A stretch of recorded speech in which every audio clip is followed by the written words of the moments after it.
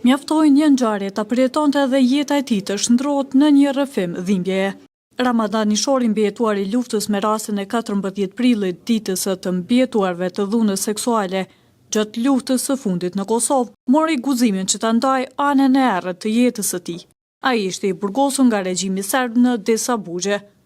Në fillim të majit të vitit 1999, ai tha se u transferua në burgun e Dubravës, pasi kishte kaluar në burgun e Prishtinës e në burgun e Lipjanit. Kanë orë 2 policë me uniforma, kanë po për kreve, kanë ngre zhag dhe kanë shtimin i banjë atë. Dhe ato ndodhi ma e keqja. Ma e keqja që mund të ndodhë një njerit. Se ato kur në kësha menu që ndodhë mua. Dhe njoni më dhonaj. Dhe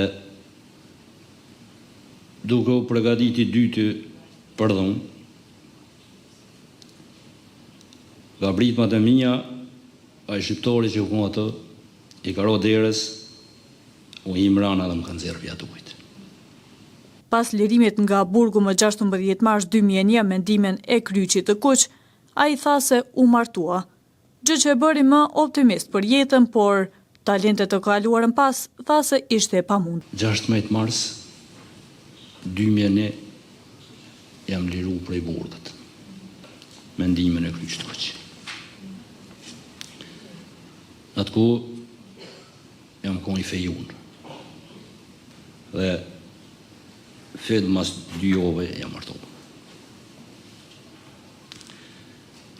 Në atë kohë jetojsha me prindë dhe lozën në shatë. Dhe me zi u martua, i thash vetës.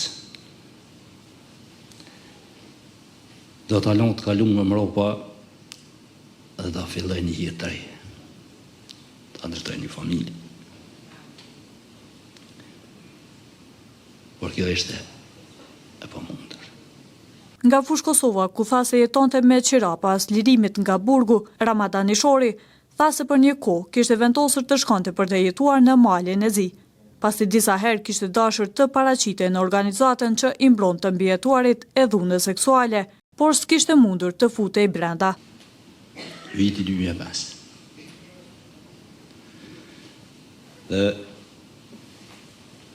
për herë të pori ma frukë të organizata e kërëtës, atëherë ku të klinika Gjermone e Svinit.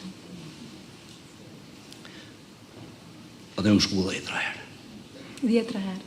Po, kërë sysh nuk më shë më morë guximin me Imrana.